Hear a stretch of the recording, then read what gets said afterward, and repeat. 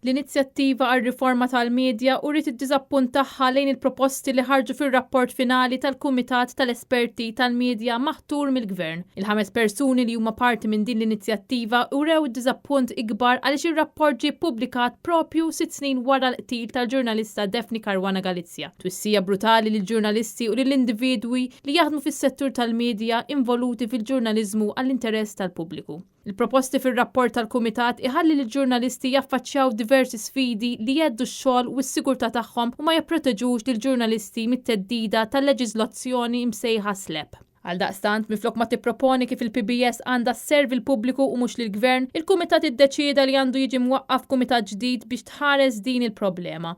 Għalhekk il-proposti mhumiex qegħdin iħarsu jiddefendu biżżejjed id-drittijiet tal-pubbliku. L-inizjattiva għal riforma tal-medja ittenni li l-ebda riforma ta' dritt tal-libertà tal-espressjoni ma tista' sseħħ mingħajr konsultazzjoni pubblika. Intant il-Partit Nazzjonalista ppreżenta mozzjoni li tirrifletti ir-rakkomandazzjonijiet tal-inizjattiva biex il-Parlament jistabilixxi kumitat magħżul u jittama li din il-proposta tiġi aċċettata mill-Gvern.